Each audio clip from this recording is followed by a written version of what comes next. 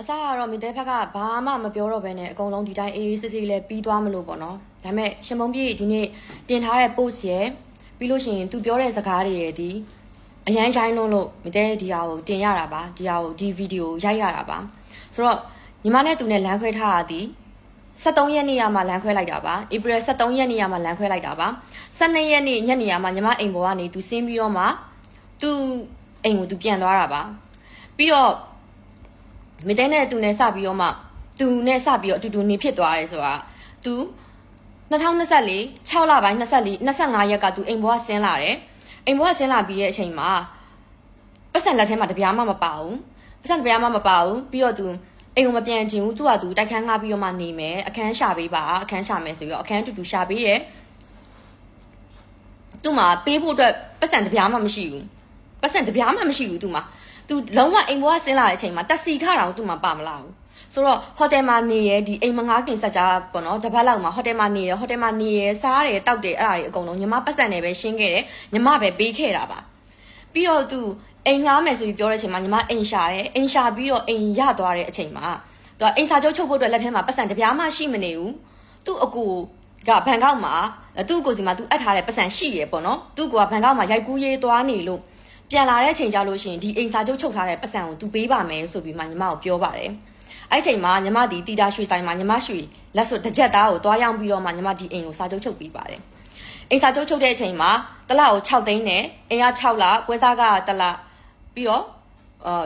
deposit က1လဆိုတော့အလုံးပေါင်း8လချုပ်ရတယ်အဲ့ဟာကိုညီမသူ့ကိုညီမပတ်စံနဲ့စိုက်ပြီးတော့မှချုပ်ပေးထားတယ်သူ့ကိုပြန်လာရင်ပေးမယ်ဆိုလို့အဲ့ကနေပြီးတော့မှသူတယောက်တည်းမနေရဲဘူးသူတငယ်ချင်းတွေကိုသူခေါ်ထားမယ်ပေါ့နော်သူတငယ်ချင်းတွေမလာခင်မှာညီမကိုအတူတူနေပေးပါဆိုပြီးမှပြောတယ်ဒါပေမဲ့ဒီကြားထဲမှာအကြောင်းမျိုးမျိုးကြောင့်သူတငယ်ချင်းတွေဒီသူနဲ့အတူတူလာမနေတဲ့အတွက်ကြောင့်မလို့ညီမနဲ့သူနဲ့အခုချိန်ထိအတူတူဒီအိမ်မှာရှိနေရတယ်ဒီအိမ်မှာရှိနေတဲ့အချိန်မှာဒီလေညီမအလောက်ကရတဲ့ပတ်စံညီမရှာတဲ့ပတ်စံနဲ့ပဲစားတယ်ညီမရှာတဲ့ပတ်စံနဲ့ပဲသုံးတယ်ညီမရှာတဲ့ပတ်စံနဲ့ပဲအားလုံးအိမ်ရဲ့မီတာခအကုန်လုံးအားစညီမပဲပေးခဲ့ရတာသူ့ပတ်စံတပြားတစ်ချက်မှမကုန်ခဲ့ပါဘူးသူဒီညီမနဲ့အတူတူနေရဲ့ဒီနှစ်တွင်းမှာသူအလုပ်3ခုသူကြော်ညာ3ခုရှိရအဲ့3ခုရှိခဲ့တဲ့ဟာဒီလေညီမပတ်စံတပြားတစ်ချက်မှသူ့စီကမယူခဲ့ပါဘူးပြီးတော့အခုသူကပတ်စံပြန်တောင်းတယ်ဆိုတော့သူယူထားတဲ့ပတ်စံကိုပြန်တောင်းတာပါညီမပြန်တောင်းတယ်ဆိုတော့ဒါအိမ်က6လပြည့်သွားလို့နောက်ထပ်6ချက်ထပ်ပြီးတော့မှ6လချုပ်တယ်အားလုံးပေါင်းအိမ်က14လစာ6သိန်းနဲ့14လစာဆိုရင်84သိန်းရှိပါတယ်မီတာခကဒီတစ်နှစ်စာမီတာခတွက်လိုက်မယ်ဆိုလို့ရှိရင်10သိန်းကျော်ရှိရယ်အားလုံးပေါင်း10သိန်းပဲညီမတွက်ထားတယ်အဲ့တော့64သိန်းသူစီကရစရာရှိရယ်ဒါအိမ်မှာစားတာတောက်တာသုံးတာတွေဒီနောက်ဆုံးစကင်ကဲသူတောက်ဖို့ဝိဝယ်တာကစဆက်လိုက်ဝယ်တာကစညီမပတ်စံနဲ့ပဲညီမစိုက်ပြီးမှဝယ်ပေးခဲ့ရတာသူဒီလိုမျိုးသုံးနေတာဒီလိုမျိုးတောက်နေတာတွေကညီမပတ်စံနဲ့ပဲညီမပေးခဲ့ရတာပါအဲ့ဒါကိုသူ့မှာအတိုင်းဝိုင်းရှိရယ်ဆိုပြီးတော့မှအခုမနေ့တုန်းကကျတော့ပေးမယ်လို့ပြောတယ်ဒီနေ့ကျတော့လှုပ်ချင်တာလှုပ်တဲ့အခုတွဲတာပြက်တာကြာနေပြီဖြစ်တဲ့အတွက်ကြောင့်ဆိုတော့ညီမဖက်ကနစ်နာပါတယ်သူအဲ့လိုမျိုးပြောတဲ့အတွက်ကြောင့်မလို့လေ73ရက်နေ့ထိညီမနဲ့သူနဲ့အဆက်အသွယ်ရှိနေရဲ့ဖုန်းမက်ဆေ့တွေလည်းရှိနေရဲ့စာတွေလည်းရှိနေရဲ့73ရက်နေ့ညနေရမှာညီမကိုယ်တိုင်ပဲငါတို့တွေလမ်းခွဲကြရအောင်ဆိုတဲ့စာအောင်ညီမကိုယ်တိုင်ပဲပို့ခဲ့လိုက်တာပါဘာလို့လဲဆိုတော့သူဒီလိုမျိုးဖောက်ပြန်နေတာညီမမခံနိုင်လို့ပါညီမအိမ်မှာနေတယ်ညီမချက်တဲ့ထမင်းကိုစားတယ်ညီမနဲ့အတူတူထမင်းတောင်းပိုင်းနဲ့စားပြီးမှဂျင်သွားလိုက်အောင်မယ်ကိုဂျင်သွားလိုက်အောင်မယ်တဲလေးရေဆိုပြီးတော့မှတခြားမိန်းမအိမ်မှာသွားပြီးတော့မှအတူတူသွားအိပ်ပါတယ်ဒါတော့မှတယောက်တည်းနဲ့ဖောက်ပြန်တာမဟုတ်ပါဘူးမြောက်ရောက်များဆိုတာသူဖောက်ပြန်ထားတဲ့ဟာတွေသူ့ဖုန်းကိုညီမယူပြီးကြည့်တဲ့အချိန်မှာအကုန်လုံးတွေ့ရပါတယ်အဲ့ဟာတွေကိုလည်းညီမစီမှာအကုန်လုံးဓာတ်ပုံရိုက်ပြီးတော့မှတက်တင်တဲ့တကွာညီမယူထားပါတယ်နောက်ဆုံးဒီဧပြီ9ရက်နေ့မှာဒါသူ့အကိုရုံးနဲ့သူအလူသွားလှူတယ်ငလင်အလူသွားလှူတယ်အလူသွားလှူပြီးတော့မှအိမ်ပြန်လာမယ်လို့သူပြောပါတယ်အိမ်ပြန်လာမယ်လို့ပြောပြီးတော့မှအဲ့ဒီမှာညီမနဲ့သူနဲ့ဒီလိုပဲသမီးစားအရာစကားများကြတဲ့အချိန်မှာစိတ်ဆိုးပြီးတော့မှဘလော့လိုက်တယ်စကားများလိုက်တယ်အဲ့တော့အိမ်ကိုပြန်မလာဘဲနဲ့ဟိုတယ်မှာသွားပြီးတော့မှတခြားဆော်ကိုအိတ်ဖို့အတွက်ကိုခေါ်ပါတယ်အဲ့လိုမျိုးအိတ်ဖို့ခေါ်ထားတဲ့ဟာတွေ Messenger မှာသူပြောထားတဲ့ဟာတွေစာတွေအားလုံးဒီလဲတက်တိန်နဲ့တကွာညီမမှာရှိပါတယ်ဟိုတယ်မှာလဲဆော်ခေါ်ပြီးတော့အိတ်တာတွေလဲညီမမှာတက်တိန်အကုန်လုံးရှိပါတယ်ဆိုတော့ तू ကအခုတရားလွန်အားကြီးသွားပြီသူ့ဘက်မှာအတိုင်းဝိုင်းရှိရဆိုပြီးတော့မှညီမကိုအခုလိုမျိုးဖိနှိပ်တာအခုလိုမျိုးနိုင်ထက်စီနေလောက်တာယောက်ျားတစ်ယောက်ဖြစ်ပြီးတော့မှယောက်ျားတောင်းရင်ယောက်ျားမယူဘဲနဲ့မိန်းမလို့မိန်းမရနဲ့အခုလိုမျိုးတွေ तू ညီမကိုပြောလို့ ညီမဒီဟာကိုတင်ရခြင်းဖြစ်ပါတယ်ပြီးရင်သူနဲ့ဖုန်းပြောထားတဲ့ record တွေသူဒီပတ်စံတွေကိုပြန်ပေးမယ်ဆိုပြီးဂတိခံထားတဲ့ record တွေဒီလဲညီမ Facebook မေဘယ်ဦးဆိုတဲ့အကောင့်မှာညီမ Facebook မှာညီမတင်ထားပါတယ်အဲ့ဒါတွေကိုလဲ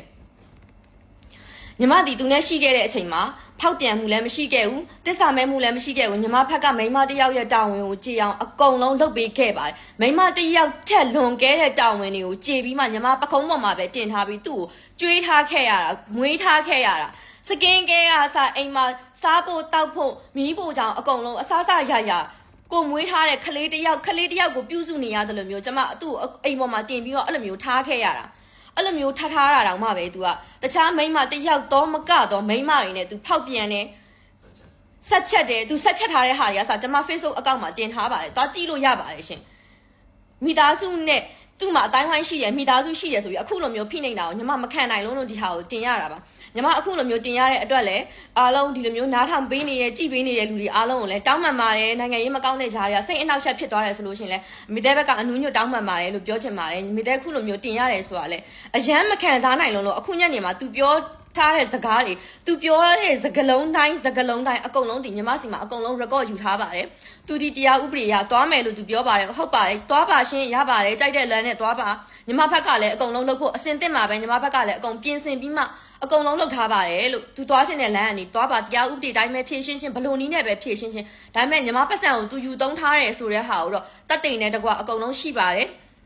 तू ကပြောရဲစာချုပ်စာတမ်းနဲ့ယူထားတာမဟုတ်ဘူး तू ညီမဒီလိုမျိုးစိုက်ထုတ်ပေးထားတာစာချုပ်စာတမ်းမရှိဘူးပေးချင်ပေးမယ်မပေးချင်မပေးဘူးဆိုတဲ့စကားဒီယောက်ျားစကားမဟုတ်ပါဘူးမိန်းမလို့မိန်းမရမိန်းမထမိန်တာခိုစားပြီးတော့မှတိတ်ခါမရှိတော့ယောက်ျားအကျင့်စရိုက်နဲ့ဒီလိုမျိုးပြောတာဖြစ်တဲ့အတွက်ကြောင့်မလို့မိတဲ့ဖက်ကလုံးဝမခံနိုင်လို့ဒီဟာကိုတင်ရတာဖြစ်ပါတယ်အခုလိုမျိုးပြောတဲ့အထဲမှာစကားအရင်နေပါသွားတယ်ဆိုလို့ရှိရင်လည်းကြည်နေတဲ့လူတွေအားလုံးကိုတောင်းပန်ပါတယ်လို့မိတဲ့ကပြောချင်ပါတယ်ရှင်အားလုံးကိုလည်းကျေးဇူးအများကြီးလက်တင်ပါတယ်ရှင်